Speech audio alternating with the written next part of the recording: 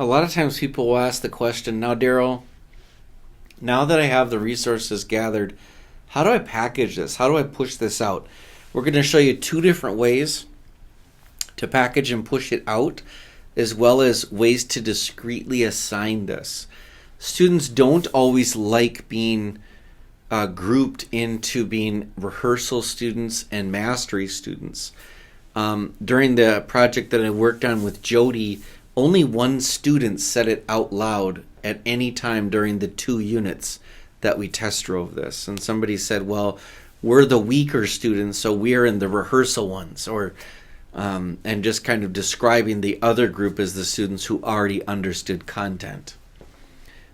I'm very deliberate by using the term rehearsal student and mastery student. One of the ways that we can push out content is either based on a Google Doc or just pushing out Google Docs and tasks right in Google Classroom. So that's one of the ways that we can do that.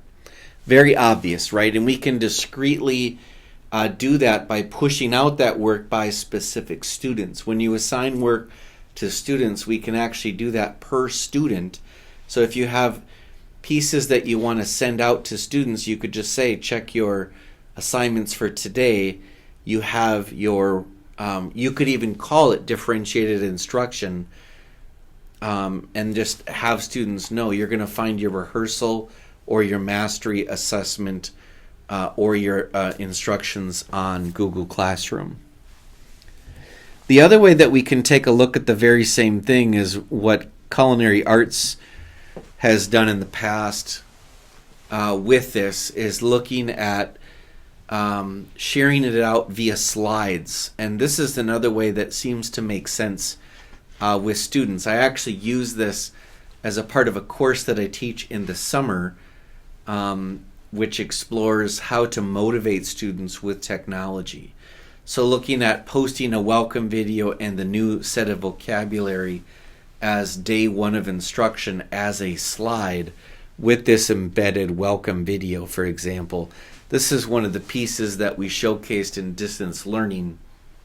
Again, some people prefer slides. Some people prefer kind of a running agenda on Google Doc. They can be pushed out as individual tasks in Google Classroom. The best thing is it doesn't have to look one specific way. It's more about what you feel like, maybe the feedback that you're getting from your students on this differentiated instruction, and that's the best part. Now, when you go to design your work, this is what it might look like, and we're going to show you where to share that out.